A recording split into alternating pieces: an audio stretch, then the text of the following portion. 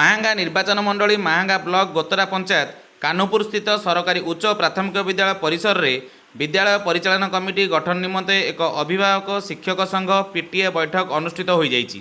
ଏହି ବୈଠକରେ ଗୋତରା ଗ୍ରାମ ପଞ୍ଚାୟତ ସରପଞ୍ଚ ଶ୍ରୀଯୁକ୍ତ Suryakant Panda, alumni member Prakash Chandra Nayak, ପୂର୍ବତନ ସହକାରୀ ଶିକ୍ଷକ ମାଧବ ବେହେରା, ବିଦ୍ୟାଳୟ ପରିଚାଳନା କମିଟି ପ୍ରାକ୍ତନ ସଭାପତି କିଶୋର ଚନ୍ଦ୍ର ନାୟକ, ପ୍ରଧାନ ଶିକ୍ଷକ ଅମର ପ୍ରସାଦ ଦେଉରୀ, ସିଆରସି ଭାଗବତ ପ୍ରସାଦ ବେହେରା, ସହକାରୀ ଶିକ୍ଷକ ହରପ୍ରିୟା ମହତାବ, କିଶୋର ପ୍ରଧାନ, ସୁଚିସ୍ମିତା ମହାନ୍ତିଙ୍କ ସମେତ ବହୁ ଅଭିଭାବକ, ଆଶା, ଅଙ୍ଗନବାଡ଼ି କର୍ମୀ ଉପସ୍ଥିତ ରହି ବିଦ୍ୟାଳୟରେ ଏକ ନୂତନ କମିଟି ଗଠନ କରାଯିବ ସେ ସମ୍ପର୍କରେ ଆଲୋଚନା କରିବା ସହିତ କିଭଳି ଆଗାମୀ ଦିନରେ ଛାତ୍ରଛାତ୍ରୀଙ୍କ ଶିକ୍ଷା, ଆଚରଣ, ଉପସ୍ଥାନ ଏବଂ ମୁଖ୍ୟତଃ ସର୍ବାଙ୍ଗୀନ ଉନ୍ନତି ପାଇଁ କି ପଦକ୍ଷେପ ନିଆଯିବ ସେ ସମ୍ପର୍କରେ ଆଲୋଚନା କରିଥିଲେ।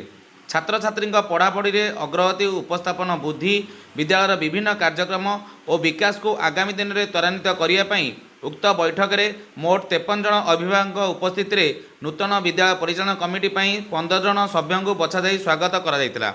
କଟକ ନିଶ୍ଚନ କହିଲୁ ଜାନକଲ ମହାନ୍ତିଙ୍କ ରିପୋର୍ଟ, JBM ଲାଇଭ୍।